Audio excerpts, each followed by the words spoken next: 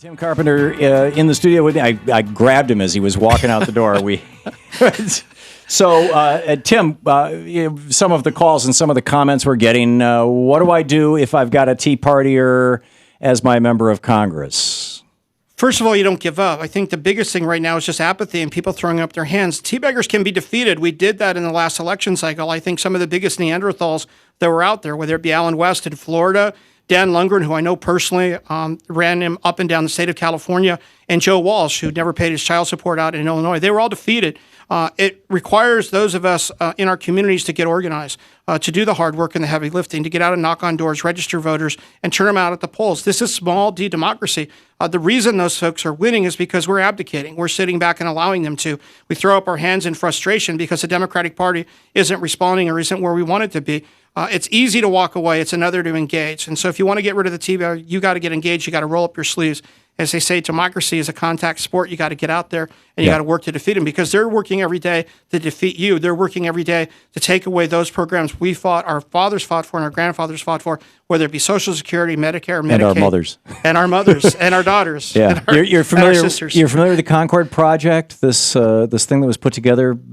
They were doing it systematically. That was their whole idea. Back in 2009, where they said, the most powerful person in America is not the president, it's a precinct committee person, and you need to get all your Tea Party friends to run for precinct committee people, take over the local political precincts, write the party platforms, decide who the primary candidates are, and this is how we got all these Tea Partiers in Congress. With the model we just followed out in California, we as Progressive Democrats of America worked with the larger progressive movement. We ran what we call progressive slates in assembly districts up and down the coast, up all throughout California. Judy Hess from PDA helped organize for us, and Susie Shannon for the larger progressive community. And as you said, Tom, we gave up our Saturdays and we went out to our local firehouses, our union halls, our churches, and our synagogues and ran to be members of our state Democratic Party. So in April, we'll be going to the state Democratic Party in California where we'll pass resolutions in support of Medicare for all, hands off Social Security, no strike on Iran. This is the real small d democracy. These are where the handles of the party are. These are the places we can make a difference as grassroots activists. Well, you guys are successfully, if you look at the Tea Party having successfully essentially taken over the Republican Party, you're successfully doing this within the Democratic Party. Only just you don't not have fast enough. You don't have you don't have a couple of billionaires. No, we don't have the Koch brothers. We're doing it by folks that are giving their $10 monthly. We use the clean election strategy. People who give $10 a month to help us, our sustainers. Those are the people that are making the difference. We're funded by people that are listening and calling in. Not everybody, but the majority of the listeners today on the radio station are the people that PDA is about. We are, in the real sense, a community of 70,000 activists who grew frustrated with our Democratic Party, who grew frustrated with what was happening in our neighborhoods and took it upon ourselves to organize.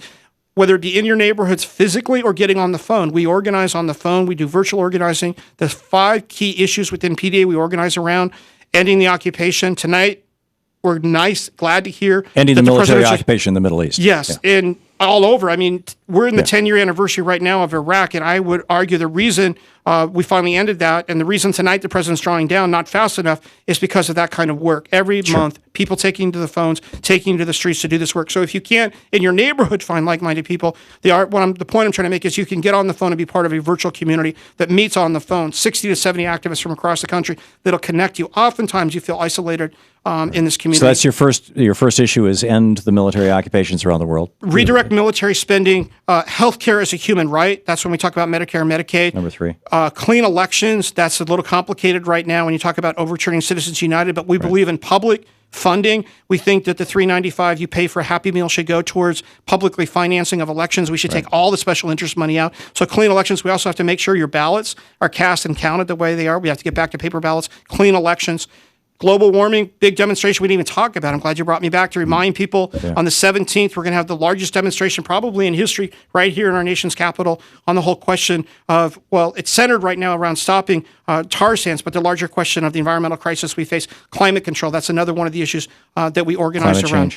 Climate change that we get on the phones and organize around. And finally, economic justice, which means a lot today. As one of your callers said, when 1% owns so much wealth, what are we doing day to day to redirect that? So some of the things we do on that work is the financial transaction tax or the Robin Hood tax. It's time to arrest those in Wall Street and tax them rather than rewarding them. And that's the work we do on the phone.